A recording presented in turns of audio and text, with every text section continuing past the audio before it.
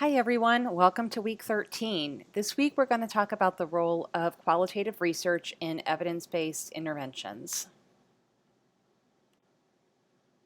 You have two assigned readings. One is a scoping review of barriers and facilitators to implementation of evidence-based practice in stroke rehabilitation, and the second is a qualitative study on clinical emotions and how they influence practice. So before we get into the nitty-gritty, let's look at what the definition of implementation science actually is. Implementation research is the scientific study of methods to promote the systematic uptake of proven clinical treatments, practices, organizational, and management interventions into routine practice to improve health. So these interventions can be delivered at the patient level, toward the healthcare professional, toward an organization, or either as an entire healthcare system or a single clinic. So this is a multi-level approach to understanding how effective treatments are incorporated into practice. Now, similarly, but slightly different, is the practice of knowledge translation. And knowledge translation is defined as a set of strategies that are aimed at changing healthcare behaviors. And again, these can be delivered at the individual clinician level, at the organizational level, at a systems level. But we know that inconsistent approaches are used across healthcare professions. Often when we're looking at qualitative studies of implementation and knowledge translation, we look at theories of behavior change to help inform our strategies. So we might think of things like stages of change theory or diffusion of innovation theory as explanatory theories, or we might use a more predictive theory such as the theory of planned behavior or other psychological theories of behavior change. Now, it's often easy to think about changing an individual's behavior, but we also, in the context of implementation science, want to be, we're also interested in organizational behavior. So we might think of this as like a microsystem, which is a single department or ward. We might think of a mesosystem level, which could be a hospital or a group of practices, or a macrosystem level, which could be whole health departments, practice governing organizations, professional societies, and even policy level, national policy level decisions. When we take a systems approach to evidence-based practice, we have to look at organizational level barriers.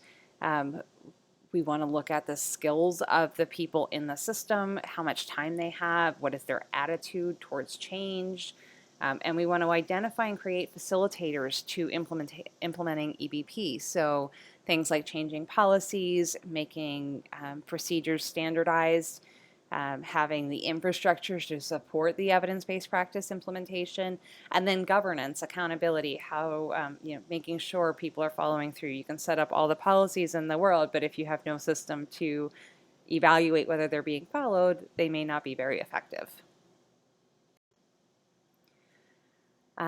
We might think about organizational readiness for change as well.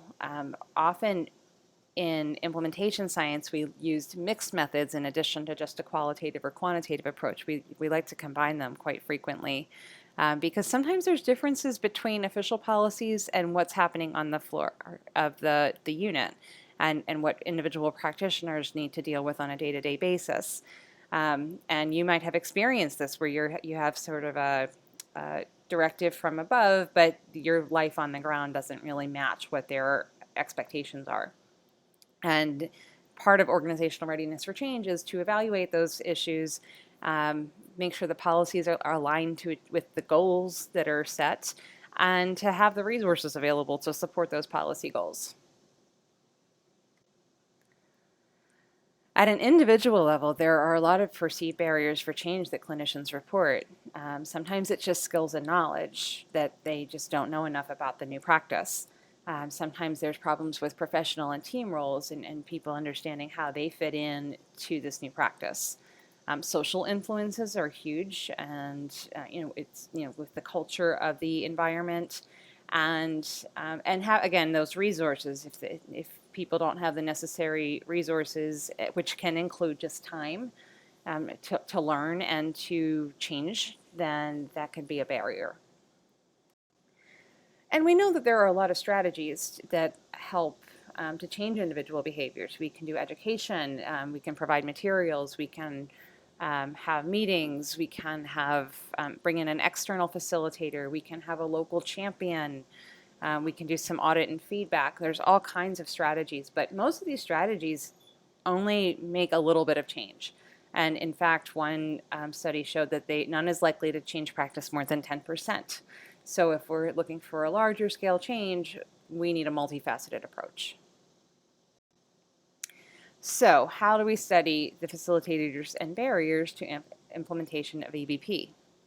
As I mentioned before, we often, quantitative measures are often important because we want to see the outcomes, but qualitative studies are also very important, and quite frequently we see them appear as mixed method studies because both components are so significant.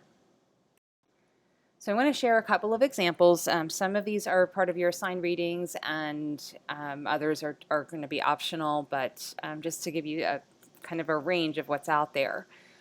This study by Connell et al., they looked at the implementation of a upper limb stroke rehabilitation practice.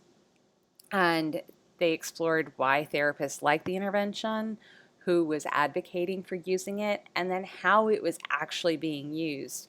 And as we see often in these kinds of studies, what they found was that it was not the practice was not implemented exactly as designed. It was adapted for the local environment based on what the providers thought they could do, and what resources they had available.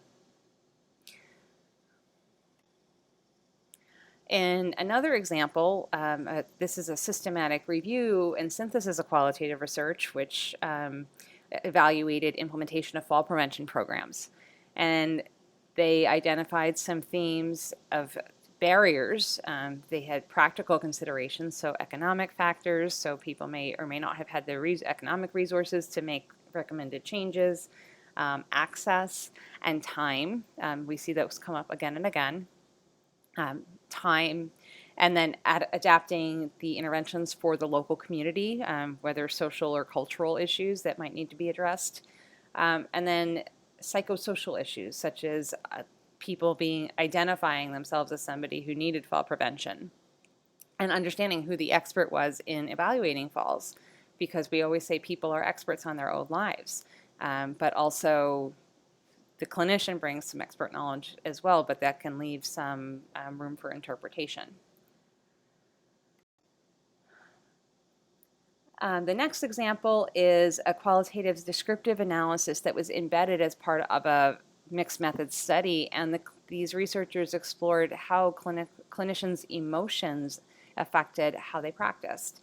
So their clinical decision making, and kind of at what crucial points the emotions maybe drove what they did. And you see in the title, the quote is, "I should have discharged him, but I felt guilty." So that emotion that maybe was interfering with somebody doing what they knew to be best practice. And then the last example I wanted to share is a recent scoping review of OT implementation of evidence-based practices for stroke. This study team found in the literature 3 themes: barriers, facilitators, and implementation strategies, and concluded that we've been pretty good at identifying barriers and facilitators, but we're not doing such a great job on knowledge translation. So that's an area where a lot more work is needed. So just to summarize, knowledge translation is a set of strategies used to promote the uptake of research findings in healthcare settings. Implementation science is the study of how that happens. And qualitative research methods are really critical for understanding how research is translated into practice. We can use quantitative studies to look at the metrics, to look at patient outcomes, to look at frequency of behaviors, but the qualitative piece really helps us understand what is happening and how it's happening. And there are a lot of theoretical perspectives that can inform implementation research. Here are your references this week, and I look forward to hearing any questions you have.